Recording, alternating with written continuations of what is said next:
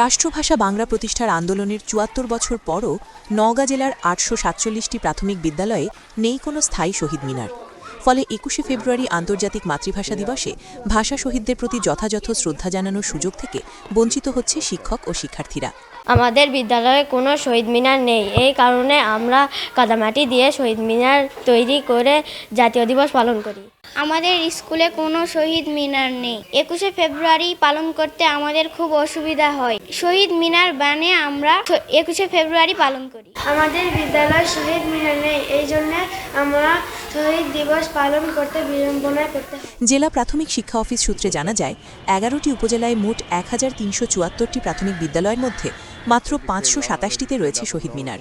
বাকি ৮৪৭টি বিদ্যালয়ে নেই কোনো স্থায়ী শহীদ মিনার। যেসব বিদ্যালয়ে শহীদ মিনার নেই, সেখানে কদামাটি বা অস্থায়ী কাঠামো তৈরি করে দিবসটি পালন করা হয়। এখানে কোনো শহীদ মিনারও নেই। আমি মনে করি এই আন্তর্জাতিক মাতৃভাষা দিবস উদযাপন করতে শহীদ মিনারের কোনো বিকল্প নেই। এখানে একটা শহীদ মিনার হলে সেই দিনটির গুরুত্ব তাৎপর্য আমরা শিক্ষার্থীদের সামনে শহীদ মিনারের সামনে সেটা আমরা উপস্থাপন করলে শিক্ষার্থীরা শহীদ আন্তর্জাতিক মাতৃভাষা দিবসের গুরুত্বটা তাদের কাছে আরও সুন্দর হয়ে ফুটে উঠবে। আমার জানা মতে অধিকাংশ প্রাইমারি স্কুলে শহীদ মিনার নেই।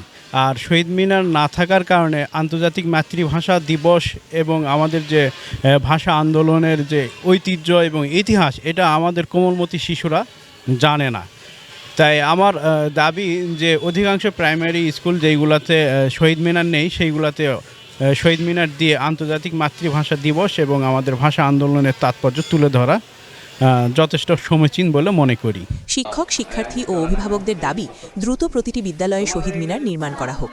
তারা মনে করেন, গ্রাম পর্যায়ের শিক্ষার্থীরাই সবচেয়ে বেশি বঞ্চিত হচ্ছে ভাষা আন্দোলনের ইতিহাস জানার সুযোগ থেকে। নওগাঁ জেলার ৮৪৭টি বিদ্যালয়ে পূর্ণাঙ্গ শহীদ মিনার নাই, যেটা আমাদের এলজিডি করতে মানে যে ডিজাইন দেওয়া আছে সেই অনুযায়ী নাই।